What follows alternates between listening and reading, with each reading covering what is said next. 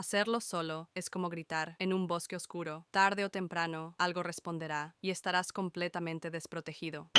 Hey, ¿qué pasa chicos? ¿Cómo están? Sean bienvenidos a un nuevo episodio de su podcast de terror favorito, La Última Cerveza. El día de hoy les traigo un episodio bastante peculiar, ya que el otro día me estaba preguntando qué tipo de juegos serán los más peligrosos en cuanto a lo paranormal. Así que decidí no darme tantas vueltas y elegir a un clásico. Obviamente estamos hablando de la Ouija. Así que en el transcurso de este video iremos despejando algunas dudas que tengo con ayuda de un invitado que ya saben que pues se está haciendo tradición a medida que pasan los episodios, que es ChatGPT. Y obviamente también estaré narrando algunas de las experiencias más escalofriantes que muchos de ustedes nos han enviado aquí al podcast de La Última Cerveza. Así que sin más, tengan mucho cuidado con lo que están a punto de oír y esto es La Última Cerveza, que esperemos que no sea la última. Comenzamos.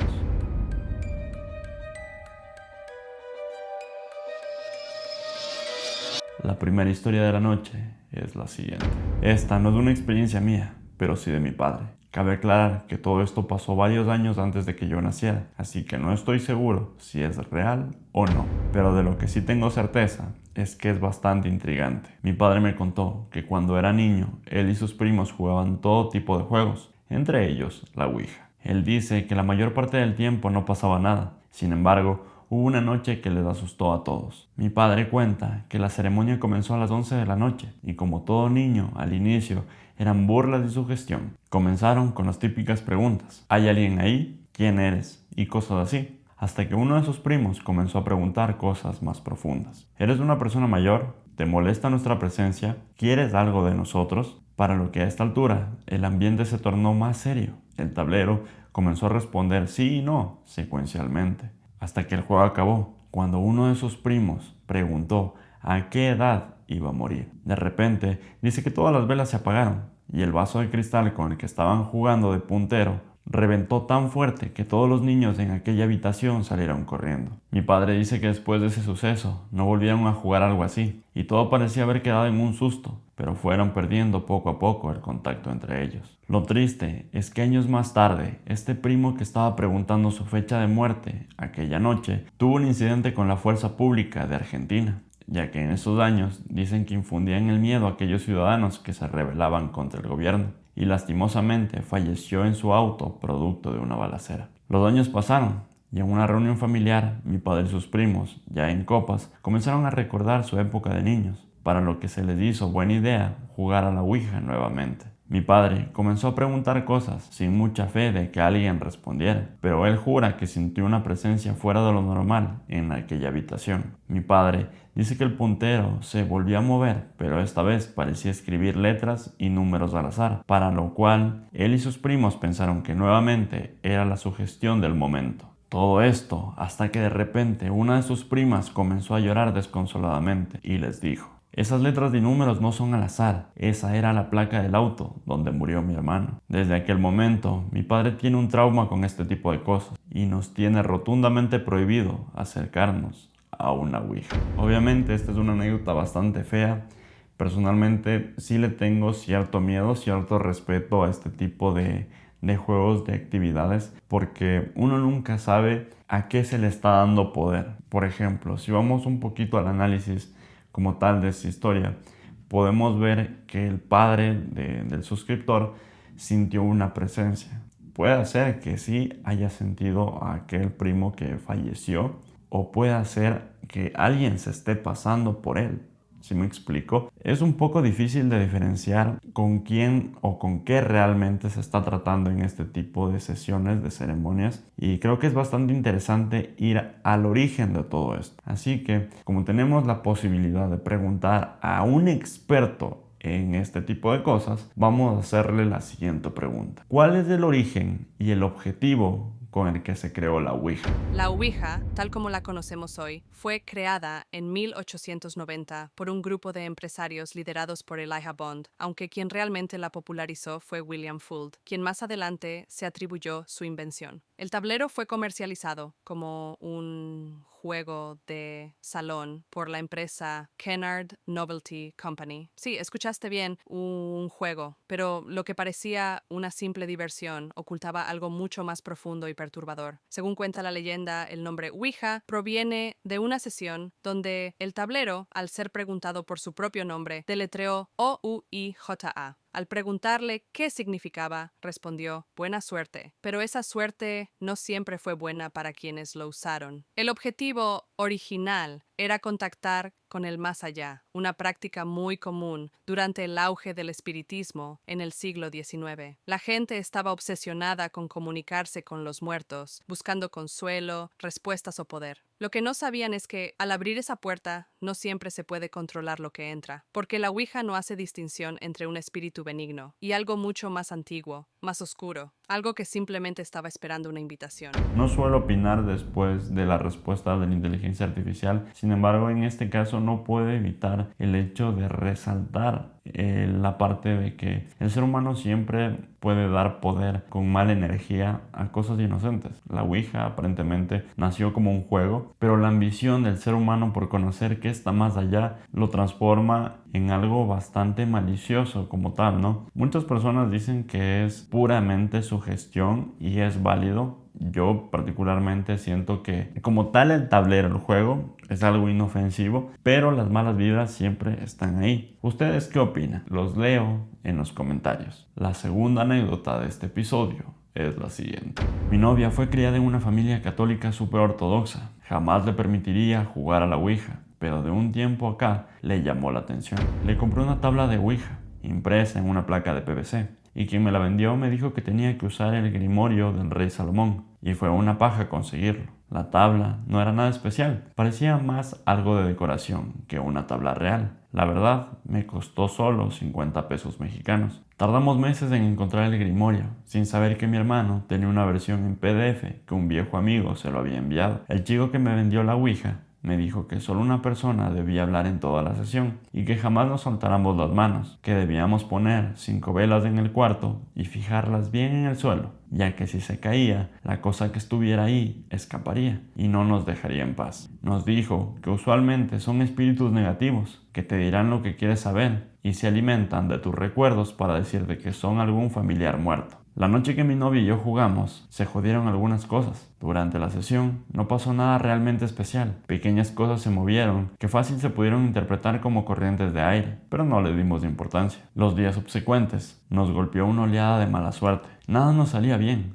y peleábamos mucho. Un día, una caminata nocturna de su casa a la mía, algo se me acercó, como si me quisiera asaltar. Solía llevar un bastón plegable, pues mi ciudad es conflictiva. Me defendí, pero todo desapareció. No vi el rostro de la persona que me había intentado asaltar, entre comillas, y puedo jurar que no tenía rostro en sí. Días después, mi novia me llamó asustada, porque la habían asustado mientras dormía. Ella vive sola. Decía haber visto sombras que bailaban en la pared y le susurraban su nombre al oído. Eran las 4 a.m. y me llamó para ir con ella. Cuando caminaba hacia allá, me topé nuevamente con aquel sujeto que había tenido aquella experiencia días atrás. No lo vi bien, pero comenzó a seguirme y me tuve que meter entre calles para perderlo. Días después, hubieron balazos justo en la plaza donde mi novia vivía. Parecía que todo el ambiente estaba perturbado. Conversando lo sucedido con una señora mayor, dueña de una taquería del barrio, nos recomendó que quemáramos el tablero, pues al parecer no habíamos salido bien del juego. Llegamos a la casa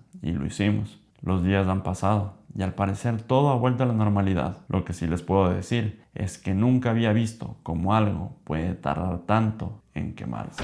Una anécdota más con una perspectiva diferente. Esta vez nos hablan de que no es un juego cualquiera. Normalmente cuando eres niño o adulto, lo que sea, los juegos puedes salirte de la manera que quieras y si está en tu conciencia lo dejas inconcluso o haces trampa. En este tipo de juegos no puedes dejar nada a medias. No puedes faltar el respeto a las entidades con las que te estás metiendo. En este caso, pues hay una constante en varias anécdotas, unas inconclusas. Esta tiene bastante contexto, por eso lo elegí. Y es el hecho de que cuando no se sale bien, cuando no se termina el juego bien, pasan estas cosas malas, estas repercusiones, estas consecuencias. Y es increíble, porque muchas personas dicen que hay que quemar la ouija, como lo expone esta señora. Otras personas dicen que simplemente pues pides permiso antes de salir. Y es bastante intrigante. En este caso, la pregunta que se me viene a la mente y la duda la quiero resolver con ayuda de la IA va a ser: ¿qué pasa si le faltas el respeto a la ouija? Ahora entramos en terreno peligroso. Faltarle el respeto a la ouija no es como insultar un simple tablero de cartón, es como escupirle en la cara a algo que te está mirando desde el otro lado. Y créeme, no olvida fácilmente. He investigado y presenciado muchos casos en los que los participantes se burlaron, se rieron, interrumpieron la sesión de forma grosera o incluso rompieron el tablero como si fuera un objeto sin importancia. ¿Qué pasó después? Te lo resumo en una palabra: consecuencias. Fenómenos comunes tras una falta de respeto incluyen apariciones, sombras que se mueven por el rabillo del ojo, figuras en rincones donde no debería haber nada, pesadillas recurrentes, sueños lúcidos en los que el espíritu o entidad se presenta, cada vez más agresivo, objetos que se mueven solos, desde puertas que se abren lentamente hasta cuadros que caen de la pared sin razón. Cambios de comportamiento. Uno o más participantes comienzan a actuar de forma errática, violenta o depresiva, a veces como si otra cosa estuviera tomando el control. Y hay algo más, algo de lo que no muchos se atreven a hablar: la invitación silenciosa. Cuando faltas el respeto al ritual, en lugar de cerrar la puerta, la dejas entreabierta. Y eso permite que algo cruce sin que tú lo notes al principio. Así que si vas a usar la ouija, hazlo con respeto, con seriedad, y nunca sin despedirte al final de la sesión, porque si no lo haces, puede que seas tú quien no logre irse. Vamos a continuar con la tercera historia de este episodio. No me pregunten por qué, pero cuando era niño, cuando tenía más o menos 6 años, mis padres me cuentan que una Navidad me regalaron una ouija. Ellos, al no ser creyentes en ese tiempo, no le dieron importancia, así que se les hizo fácil jugar un par de veces conmigo. Yo, la verdad es que no recuerdo bien esa época. Sin embargo, ellos cuentan que después de esos escasos juegos con la ouija, yo comencé a hablar solo y les decía que era un amigo llamado Sofil. Mis padres, como dije antes, en esa época no eran nada creyentes, así que pensaron que se trataba de una etapa de mi niñez. Después de todo, los amigos imaginarios eran algo normal en los niños. El caso es que poco a poco esta práctica se fue haciendo cada vez más perturbadora. En las noches me levantaba llorando a todo pulmón, me orinaba en la cama y mi cuarto en particular se sentía súper frío. Mis padres comenzaron a preocuparse y comenzaron a estar más pendientes de mí. Pero esto llegaría a su pico, cuando sin razón alguna todos los días me levantaba con moretones y un olor nauseabundo comenzó a apoderarse de la casa. Fue ahí cuando llamaron a un pastor, por recomendación de mi abuela materna, para que bendiga nuestra casa. Y fue en ese momento donde el pastor se dio cuenta que el origen de todo ese mal era la ouija. Con respecto a mí, el pastor supo decir que no se trataba de una posesión como tal, pero sí tenía un ente robando mi fuerza vital, y la única solución era que yo mismo le diga a Sofil, mi amigo imaginario, que no quería volver a verlo, que se alejara de mí. Mis padres cuentan que yo no quería hacerlo, que decía que era mi amigo, pero que una mañana, cuando mi madre entró a mi cuarto para despertarme, vio como un bulto estaba acostado al lado mío. Y yo, cuando abrí los ojos, entré en un colapso nervioso y reaccioné casi a la hora de aquel traumático suceso. A partir de ahí, le dije a Sofil que se fuera y me dejara en paz. Como digo, yo no tengo recuerdos claros de aquella época, pero desde ese momento mi familia vio necesaria la religión. Ahora todos somos cristianos y la pregunta que nos sigue rondando es: ¿quién habrá sido la persona que nos regaló aquella ouija? Esta es una anécdota muy especial porque de todas las historias que se han contado a lo largo del podcast, una de mis favoritas es precisamente cuando involucran a un amigo imaginario. Esta es la segunda anécdota que yo digo es bastante intrigante separar lo que es normal con lo paranormal precisamente. Porque sí, es muy normal que los niños tengan un amigo imaginario, pero cuando podemos encender las alertas y decir: a ver, esto está raro, ¿ok? En base a la anécdota que se contó en episodios de atrás, puedo decir que Los cambios de humor eran bastante notables. En este caso realmente no parecía como tal agresivo, pero el hecho de que pues el desgaste físico incluso podría llevar a consecuencias mucho más graves. De todas maneras, esto, como digo, es muy divertido oírlo, de pronto aprovechar experiencias ajenas para saber a qué atenernos si tomamos la decisión de jugar, pero personalmente recomiendo no intentarlo, no hacerlo. Como esta vez no quiero dejar en que pues no lo hagan o simples anécdotas paranormales al azar, también quiero preguntarle a la IA cómo podemos protegernos si es que pues, como digo, se llegase a jugar, ¿ok? Vamos a escuchar qué es lo que nos tiene que decir y bueno, IA, te toca. Bien, escucha con atención porque esta información podría marcar la diferencia entre una experiencia inofensiva y algo que te persiga el resto de tu vida. Aquí tienes 5 reglas fundamentales de protección cuando estás frente a una ouija o cualquier intento de contacto con el más allá. 1. El círculo debe estar cerrado. Antes de comenzar, traza un círculo simbólico de protección. Puede ser con sal, con velas blancas en cada punto cardinal o simplemente invocando una intención firme de no permitir la entrada de entidades malignas. Si no sellas el espacio, estás abriendo la puerta de par en par y cualquiera puede entrar. 2. Nunca juegues solo. La ouija no es un pasatiempo solitario. Hacerlo solo es como gritar en un bosque oscuro. Tarde o temprano, algo responderá y estarás completamente desprotegido. Tercera, invocación y despedida. Siempre comienza con una frase clara de permiso, como solo permitimos la presencia de espíritus de luz que se acercan con respeto y buenas intenciones. Y más importante aún, despídete al final, mueve el puntero a adiós, agradece la comunicación y cierra el círculo. Si no lo haces, la conexión queda abierta, como un teléfono descolgado que puede recibir llamadas desde lugares que ni siquiera puedes imaginar. 4. No provoques, no te burles, no desafíes. Esto no es una película. Desafiar a lo que hay al otro lado puede provocar manifestaciones violentas. Ellos no tienen cuerpo, pero sí tienen poder, especialmente si les das tu atención y energía. 5. Lleva protección personal. Algunos usan amuletos como un pentáculo, un crucifijo, una piedra negra, como la obsidiana o la turmalina. Otros confían en oraciones, salmos, mantras. Lo importante no es el objeto, sino tu fe en su poder. Eso crea una barrera que muchas entidades no pueden cruzar. Y un último consejo. Si algo se siente mal, si el ambiente cambia, si el puntero empieza a hacer círculos o deletrear cosas sin sentido, detén todo inmediatamente y cierra la sesión. Eso suele indicar la presencia de una entidad negativa intentando entrar. Por más protecciones que uno pueda tener, por más protecciones que uno pueda usar, obviamente aquí vemos que esto es peligroso, o si no, no tuvieras que utilizar protecciones, ¿ok?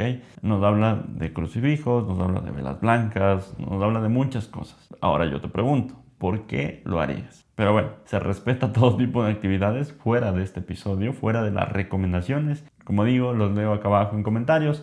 No se olviden de suscribirse al canal, darle like a este video, compartirlo para que mucha más gente lo vea. Por ahí hubo algunos comentarios que decían por qué este video tiene tanta edición, está tan bueno y nadie lo ve. Pues precisamente puedes ayudar compartiéndolo y dándole like y obviamente suscribiéndote. Mi nombre es Darix, nos vemos en un próximo episodio. Esto fue La Última Cerveza, que esperemos que no sea la última. Adiós.